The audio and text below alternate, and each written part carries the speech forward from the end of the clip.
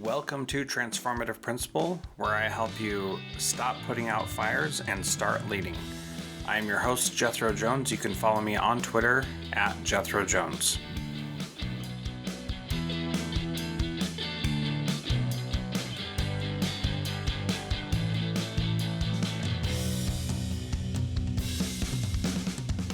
All right, welcome to Transformative Principle. I am so excited to have today Will Richardson on the program. If you don't know Will Richardson, I don't know where you've been in education for the last 30 years, but Will's someone that I have admired and followed for a long time and learned a ton from. So Will, welcome to Transformative Principle. Great to have you. Thanks very much, Jethro. Your $50 is in the mail for that nice good. Introduction. So. All right. Excellent. Well, so you've started a new cohort with some people doing some cool stuff, which is what you're always doing. So why don't you tell us about this new approach? We'll talk about your manifesto also. Yeah. So, I mean, one of the things that, as I look back on my career of almost 40 years in education, but certainly 20 years now, speaking, consulting, working with schools, is that I find that I evolve about every 5 years or so. And so I'm in the moment of evolution again, where a lot of the reading that I've been doing and a lot of the thinking that I've been doing has been around the contexts and the realities that are happening in the world right now and the growing dissonance between what kids need to be able to do to navigate these challenges and, this kind of interesting future that's coming our way, and the still very traditional approaches of schools, whether that's pedagogy, whether it's the experience that they build. So I wrote the manifesto, and I basically tried to make the case that schools, the purpose of schools right now needs to be able to help kids become spiritually, physically, and emotionally ready for navigating what is going to be a time of chaos, complexity, and collapse. Those are the three C's that I kind of framed it as. And that we really have to use that as a lens right now for what we create, for what we do in classrooms, and for the outcomes that we articulate for what we want our kids to be able to do.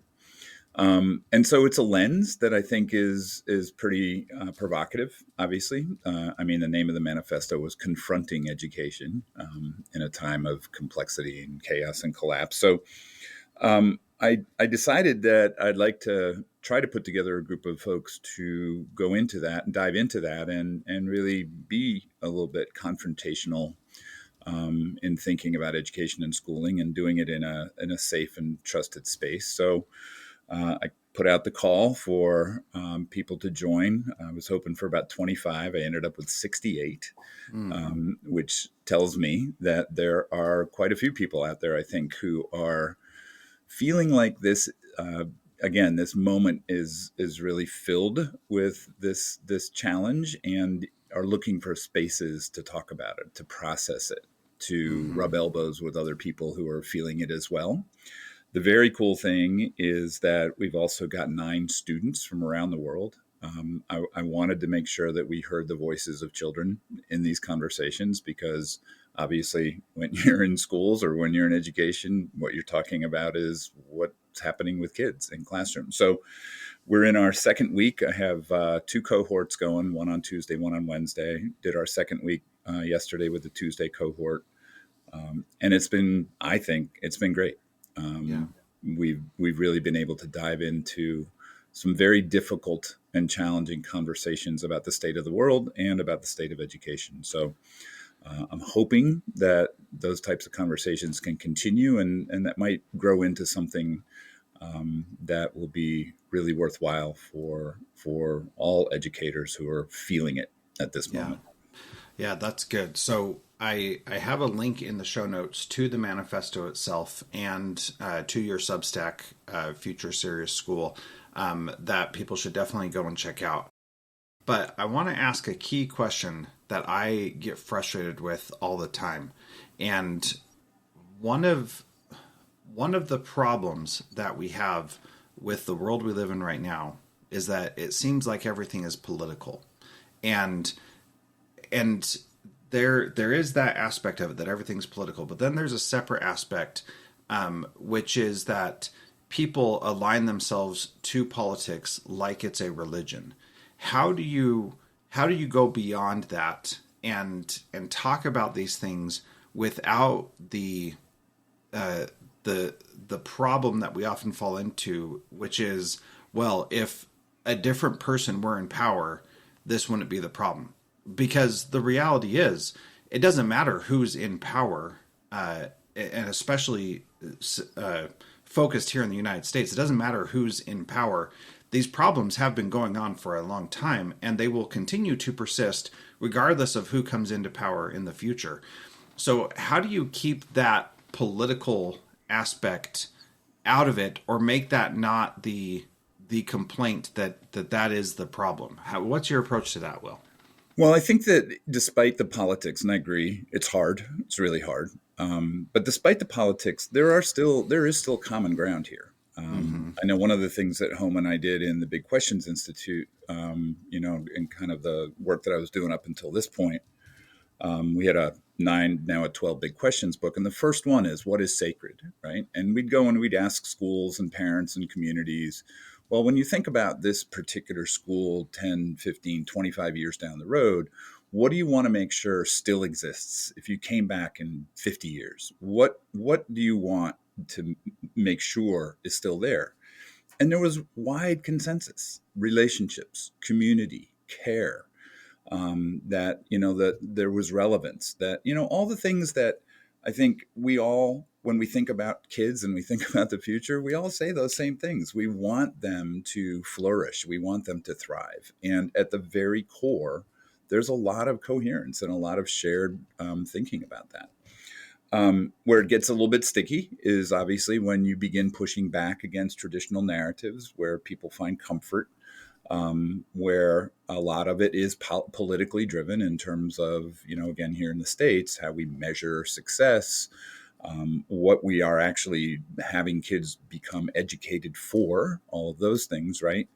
But again, I think that there is enough of a starting point where we can go in. I think any of us can go to our school communities and say, can we just talk?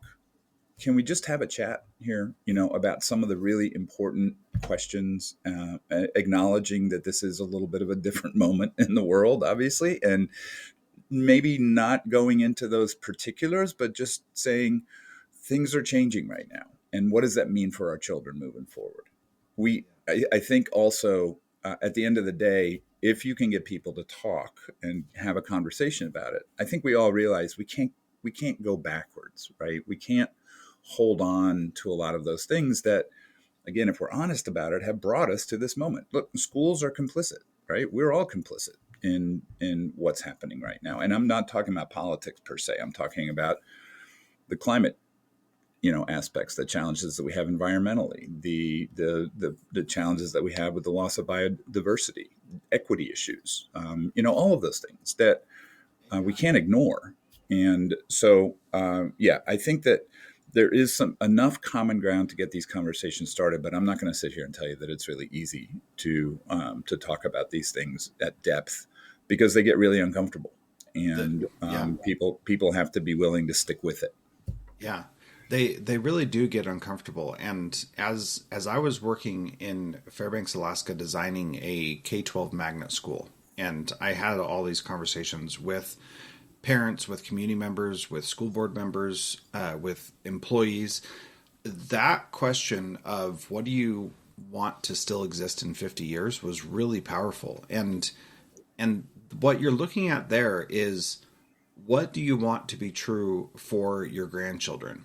And it's right. Not just about like, what's in it for me? What am I going to get from myself right now or for my own kids? But really, what do I want to be true for my grandkids, assuming they still live here? But even if they don't, what do I want for the grandkids of my community? And this perspective, I think, is really important, because one of the things that one of the stakes I've put down in the ground is that education is the responsibility of the family. They are the core unit of society. and it's their responsibility to educate their children and raise them up to be adults. And we can't ask anybody to do that unless we're saying we want to take away kids from their parents, which I don't think anybody truly wants to do. But if we take that perspective that it's the parents' responsibility, and then we enlist other people to help the parents with that responsibility, and particularly that they enlist other people to do that, then that changes the dynamic. What's your thought on that perspective?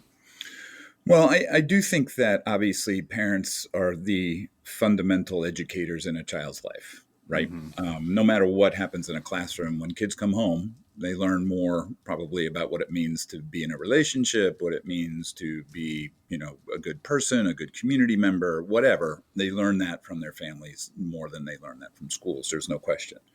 I would again, though, suggest that there's a lot of common feelings about what it means to be a good ancestor, to go to your point about, really thinking further down the road. Exactly. And I think all of us, none of us want kids in the future to suffer. None of us want the earth to be, polluted and to be under duress. None of us want any of those things that currently feel like they're in the mix.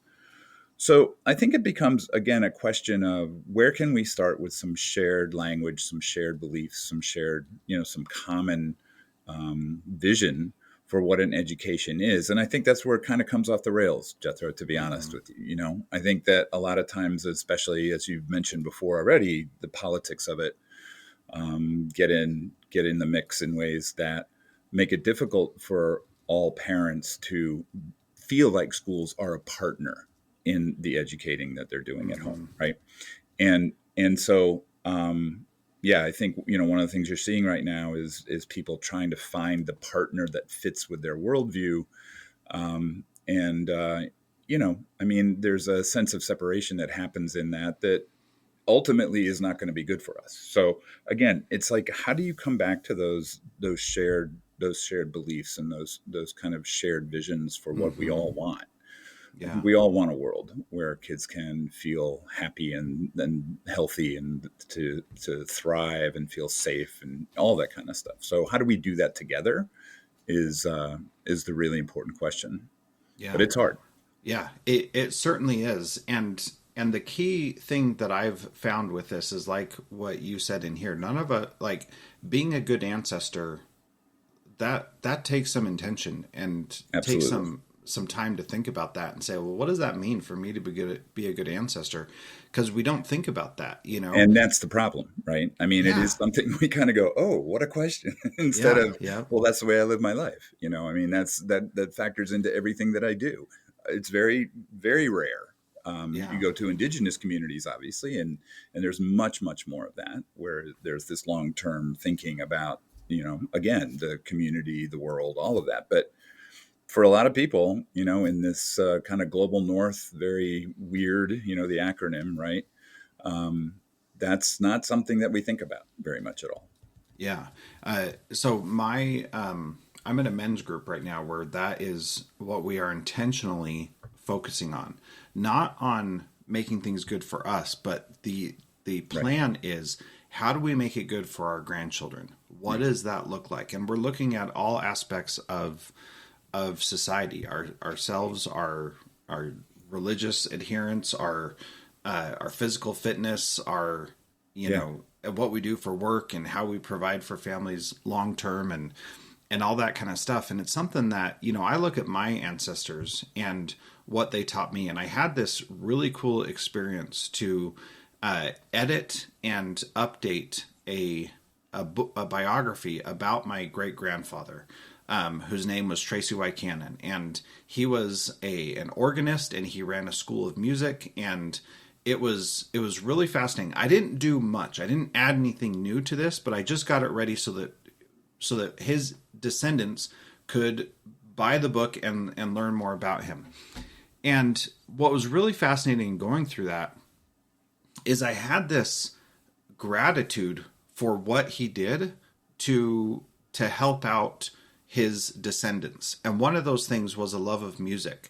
And my mom plays the organ and played the piano and has followed in her grandfather's footsteps, but I have not. And after I did that, I felt this compulsion that I need to start playing the piano and tapping into this musical heritage that I have. And I haven't done that effectively. And I started taking piano lessons and learning again, and it was great. But the reason that I bring this up is I don't think he was thinking about that for me, but I want to start thinking like that for my grandchildren and great grandchildren. And so that has to change how I do some things that I'm doing. And one of the things that I have changed is how I talk to my kids about what really matters. And for me personally, this has been huge, and this is what cemented that idea of parents are the primary educators, because it helped me see how what I was doing was going to impact them. And what I was doing at work in helping children at school can impact them as well. But I still have to recognize that the parents are first and foremost. And I stopped asking parents to partner with us, and I started asking, how can we help you raise your children? Where do you need support and help? And that made a huge difference also, because people would start saying things that aren't really in the purview of school, but that schools have been asked to adopt. Yeah. And it's a lot different when society is saying schools need to do this than when a parent is saying, I need help teaching my kid about how to use technology appropriately. There's a big difference between those two approaches.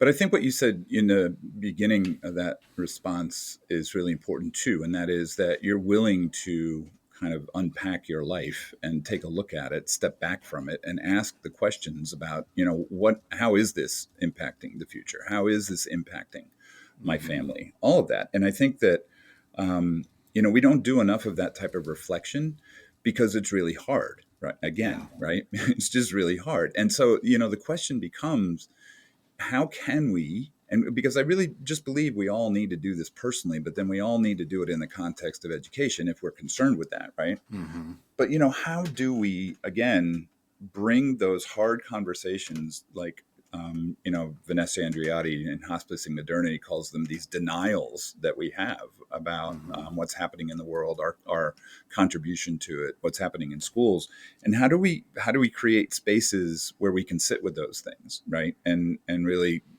think about them deeply, and take time to reflect on our own practice, which is again one of the reasons that I'm trying to start these cohorts, because it's personal work first, right? We had a phrase, Homa and I have this phrase where we called it soul work before school work, right? And it really is about just interrogating our own position, our own kind of interaction in this moment, and asking questions like you're asking about, well, how is this impacting? And is this helping?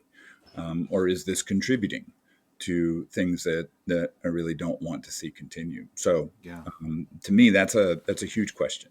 How do we create those spaces? Margaret Wheatley calls them, I think, islands of sanity, right? Yeah. Where we can come together and be good humans with one another and really try to work on those things that we think are most important. Yeah. So a few years ago, I did a podcast where I was on somebody else's podcast about environmental climate change type stuff. And my whole premise for that conversation was that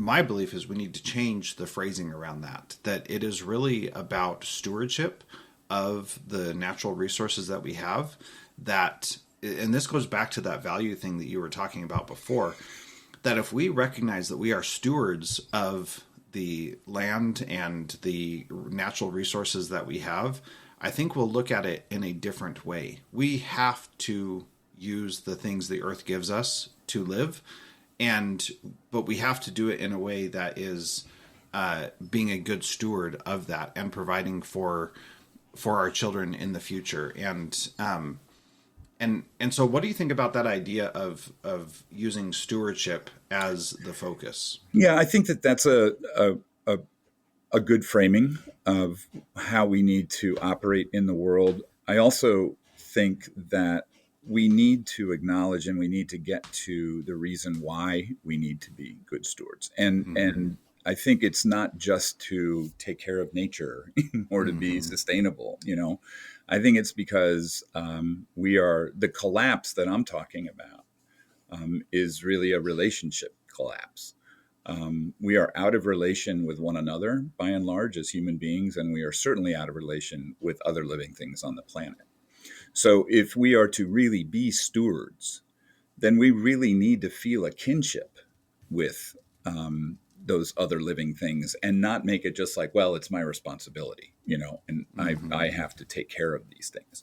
No, we're taking care of our kin, we're taking care of one another, and that should be the way we operate in the world.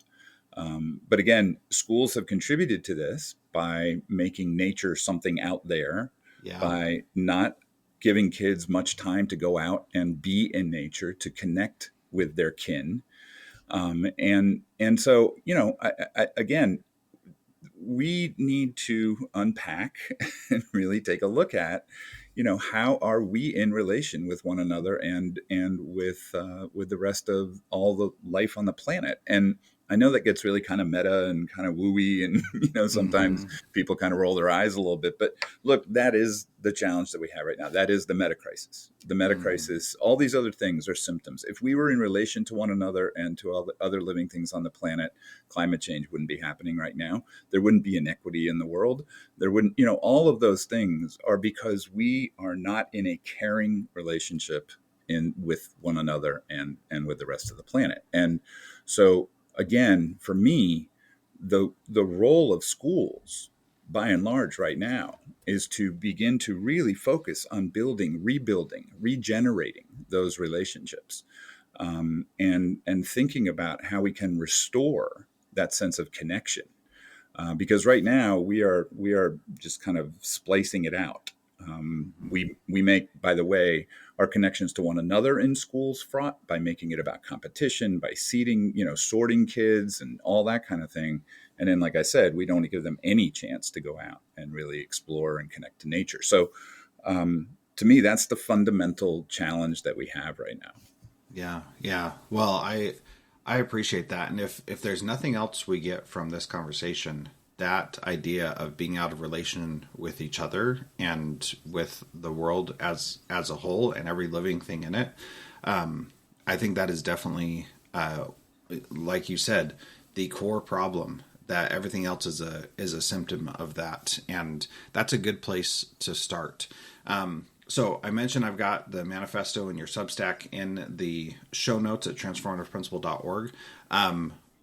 What else? How would you like people to get in touch with you about doing one of these cohorts with you in the future? What does that look like? Yeah, well, so I'm right now actually putting dates together for the summer, and I think I have about 50 people on a waiting list Uh already. huh. So looking forward to making that happen. If that all that information is at futureserious.school, so it's pretty easy. You can see everything that is entailed in the workshops. It's six 75-minute sessions with a 45-minute post game if anybody wants to just stay and talk and process. And we do that over every other week, so it's about 3 months, over 3 months that happens. But anyway, yeah, I mean, I would say to people, if they're listening to this and they're feeling the challenges that are happening in the world, they're feeling a little bit just this dissonance that's going on in terms of schooling and education and its relevance to the world. And if you're feeling like you're ready to go there and sit with it, you know, Mm-hmm. um, come on and join us, because, like I said, it's been 2 weeks, but the conversations so far have been really, really meaningful, and I think really helpful to a lot of people who are feeling stress and anxiety right now.